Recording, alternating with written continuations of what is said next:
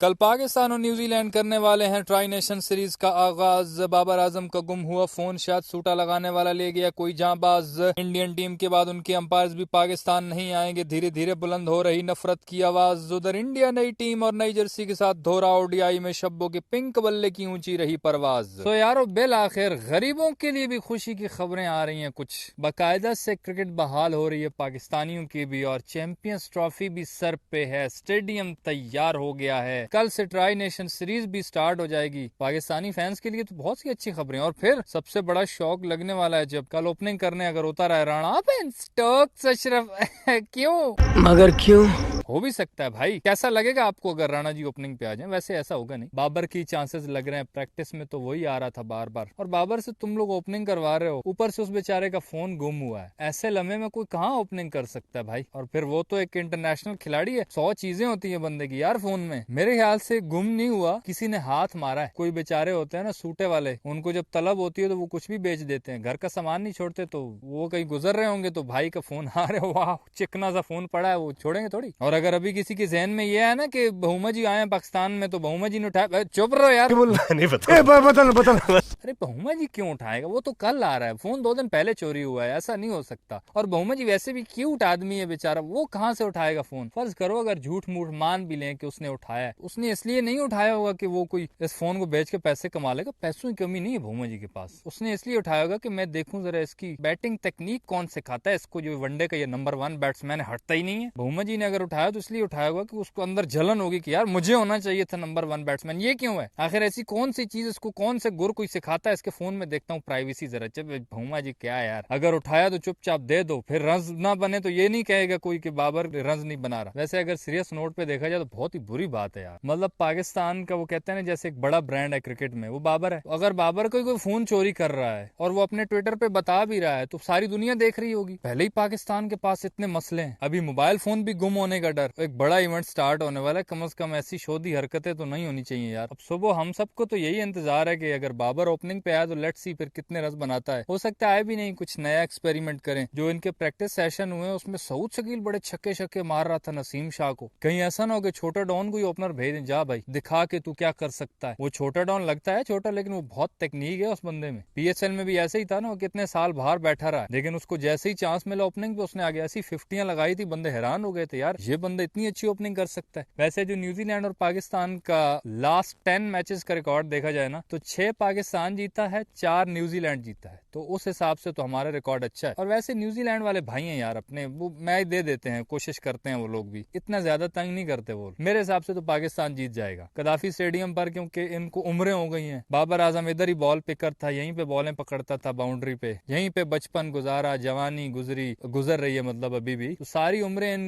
लोगों की इसी ग्राउंड में गुजरी हैं, तो इनको जीतना चाहिए। फिर ये बहाना ना बना दे कि वो तो स्टेडियम नया बना है, अबे बाहर से नया बना है, पिच वही होगी, ठीक है ना? ये कोई बहाना वाना नहीं चलेगा। कल पहला मैच पाकिस्तान को कम से कम जीतना चाहिए। उन गरीबों ने करोड़ों रुपए लगाकर स्टेडियम बनाया है, तो यहीं पे हार जाओगे तो फिर फायदा? मोहसिन नकवी तो कहेगा कि साला सांप पाल रहा था मैं घर में, इनके लिए मैंने इतना अजीम स्टेडियम बनवाया, पहला ही मैच हार गया तो बहुत बुरे लगेगा। एक पहला मैच होगा, दुनिया को मैसेज जाना चाहिए कि स्टेडियम भी प्यारा है तो हमारी गेम भी प्यारी हो गई है। हम करते हैं प्रबंध, आप चिंता मत करिए। हमारी गेम प्यारी हो ना हो, इंडिया वालों की गेम हर जगह ही प्यारी है। वो T20 में इंग्लैंड को 4-1 से उन्होंने हराया, अभी वनडे पहला खेला उसमें उन्होंने उनको पेल के गरीबों को यार, एक उनके बटलर ने 50 बनाई थी, बाकी उनकी सारी टीम को उन्होंने पुगा दिया। जडेजा 3 विकेटें लेके वो 248 रन बना सके इंग्लैंड वाले, और ये लोग पीछे इतना जालिम खेले, 38-39 ओवर में चेस कर दिया। यार तुम लोग कौन हो भाई? मतलब कोई इज्जत शिज्जत देते ही नहीं अगली टीमों को। अब इनके लिए इंग्लैंड भी नॉर्मल हो चुकी है, जैसे जिम्बाब्वे के खिलाफ खेल रहे हैं ये लोग। श्रेयस अय्यर, चिन्ना स्वामी, मुत्तुस्वामी, वेणुगोपाल अय्यर वो 25-30 बॉलों पे 50 कर रहा है। भाई तू T20 खेल रहा है क्या? हालांकि सारी की सारी टीम इनकी चेंज हुई है, T20 की सारी टीम अलग है, वनडे की पूरी टीम अलग, लेकिन पता नहीं कौन सी दवाई पी बैठे हैं ये लोग। जो भी टीम जिस फॉर्मेट की भी खिला लो ये नहीं हारने वाले। अब वो श्रेयस अय्यर है, उसको जगह नहीं बनती T20 में, उसने कहा मैं वनडे में आके वो वाला खेल पेश कर दूंगा। इनका जायसवाल है तो वो टेस्ट में T20 खेल रहा होता है, पता नहीं क्या। और शब्बो जी, हालांकि वो इतना स्ट्रगल कर रहा था, अभी उसको वाइस कैप्टन बनाया, उसी खुशी में 87 रन तो वो ठोक के चला गया। इनकी जो यंग गन्स है ना भाई, वो जालिम हुए पड़े हैं। इसी डर से शायद रोहित शर्मा का बल्ला ही नहीं चल रहा। वो कहता है यार मैं क्या करूं, अभी ये नए नवेले लड़कों ने डरा के इतना रखा हुआ, वो चलता ही नहीं है अभी। ये नई किट वैसे इंडिया की अच्छी है, साइड पे उन्होंने अपना झंडा सा बनाया हुआ है, लेकिन वो जो इनकी 2011 वर्ल्ड कप वाली किट थी ना, वो अच्छी थी मेरे ख्याल से। अब ये पहला वनडे देख के दुनिया को पता तो चल ही गया है कि इनकी चैंपियंस ट्रॉफी के लिए क्या तैयारी है। बिल्कुल नई टीम लेके आते हैं, वो भी इस तरह से खेलती है जैसे बच्चों के साथ खेल रहे हो। जब इस तरह की गेम बंदे की चढ़ जाए, फिर वो नखरे भी आ जाते हैं। नखरे आए हुए हैं भाई, इनके अंपायर्स ने भी अभी मना कर दिया है कि हम पाकिस्तान नहीं जाएंगे। हालांकि आईसीसी का इवेंट है, इंडियन जितने भी अंपायर्स थे उन्होंने चैंपियंस ट्रॉफी से विड्रॉ कर लिया है कि हम नहीं आएंगे पाकिस्तान में, पर्सनल रीजंस हैं। अब सबको पता है पर्सनल रीजंस क्या हो सकते हैं, इतना बड़ा इवेंट है, अच्छे खासे पैसे मिलते हैं, लेकिन क्या कि पर्सनल रीजन है। तुम्हारी फूफी की शादी है, पर्सनल रीजन है क्या बोला तूने? नहीं, पहले क्या बोला? ये जो चीज अभी चल पड़ी है ना, ये अब धीरे धीरे रुकेगी नहीं। पहले फिर भी कुछ हो जाता था, इंडिया की ये छोटी मोटी चीजों पे बहस नहीं होती थी, अब इन पे भी बहस होगी। अब धीरे धीरे बिल्कुल जो है वो जो छोटी मोटी टीमें एक दूसरे के मुल्क में आती जाती थी, शायद वो भी नहीं आएंगी। अगर इस तरह इंडिया को पाबंदी लगानी है तो फिर अपने जो चिड़ी, अपने परिंदे शरिंदे हैं, उन पे भी पाबंदी लगा लो। तुम्हारी कोई चिड़िया उधर से इधर नहीं आएगी। शोएब मलिक जी वैसे बड़े सियाणे हैं, उनको पता चल गया था कि ये ऐसी कोई पाबंदियां लगने वाली हैं। उसने पहले ही तलाक दे दी, अपने देश की महिला पकड़ ली। मलिक भाई मजे तो आपके, इतने तेजस्वी लोग हैं हमारे पास। ऐसे ही बंदे को स्मार्ट होना चाहिए। और आजकल ये तो तब कर गए, पर अभी आजकल थोड़ी सख्ती ज्यादा हो रही है, तो शायद ये भी पाबंदी लग जाएगी, उनकी लड़की यहाँ से शादी भी नहीं कर सकती। कुछ लोगों को लगता था कि उर्वशी रौतेला शायद नसीम शाह की जितनी स्टोरीज लगाती है इंस्टाग्राम वगैरह पे, इनका भी कहीं कुछ बंधन बंद ही न जाए, लेकिन आजकल नहीं भाई, बहुत सख्ती हुई पड़ी है। इंडिया की कोई चीज अब पाकिस्तान नहीं आएगी। फिर यार जाते हुए एक बुरी खबर है ऑस्ट्रेलिया वालों के लिए, इस चैंपियंस ट्रॉफी में शायद बुझे बुझे थोड़े से नजर आए। उसकी वजह यह है कि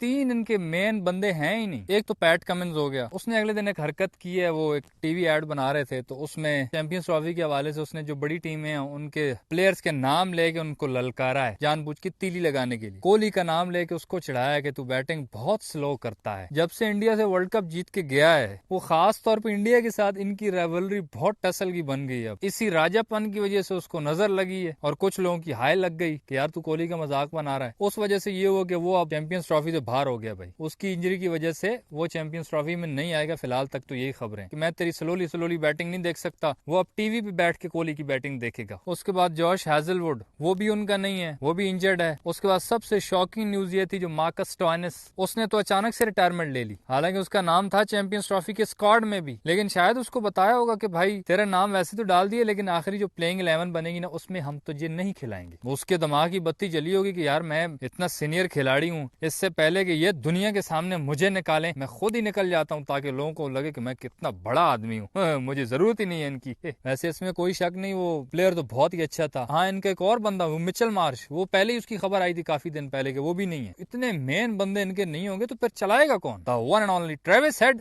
मूंछों पे तेल लगा के फिर उसको अकेले ही करना पड़ेगा सब कुछ। लेट्स सी भाई, ऑस्ट्रेलिया वालों का कोई भरोसा तो नहीं है। अगर कोई ये भी बोलना कि ये 10 के 10 इंजर्ड है, फिर भी इनका एक बंदा होगा ना, वो उस पर भी भरोसा नहीं, वो भी कुछ कर जाता है। वो मैथ्यू वेड ऐसा ही किया था उसने, उस पर किसको भरोसा था? वो न उससे पहले कुछ खास खेला था ना उसके बाद कुछ खास खेला है। बस वो इसीलिए इस दुनिया में आया था कि 2021 के सेमीफाइनल में उसने हमें जलील करना था पीछे अजीब छक्के मार के। तो इनके भाई किसी भी कोई भरोसा नहीं, कभी भी कुछ भी कर सकते हैं, इनको कोई भी हल्का नहीं ले सकता। तो बस यारो, फिलहाल इस वीडियो में इतना ही। सही लगे तो लाइक कर देना और यूट्यूब चैनल छक्का मार को सब्सक्राइब करके साथ घंटी को टर्न करके ऑल पे क्लिक कर देना ताकि क्रिकेट की दिलचस्प वीडियोस आप तक पहुंचती रहें।